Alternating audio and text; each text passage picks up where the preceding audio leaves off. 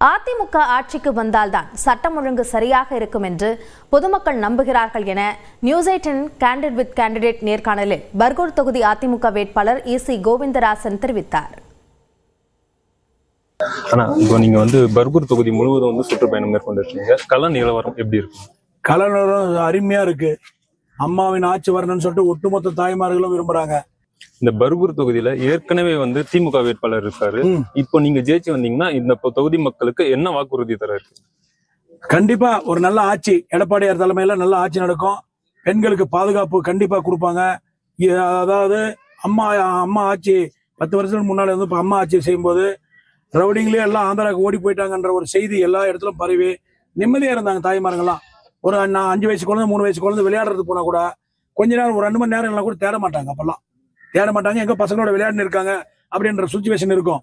இப்படி 10 நிமிஷம் ஒரு குழந்தை, ஒரு பெண் குழந்தை இல்லைன்னா அந்த தாய்மார்கள் தேட ஆரம்பிக்கிறாங்க.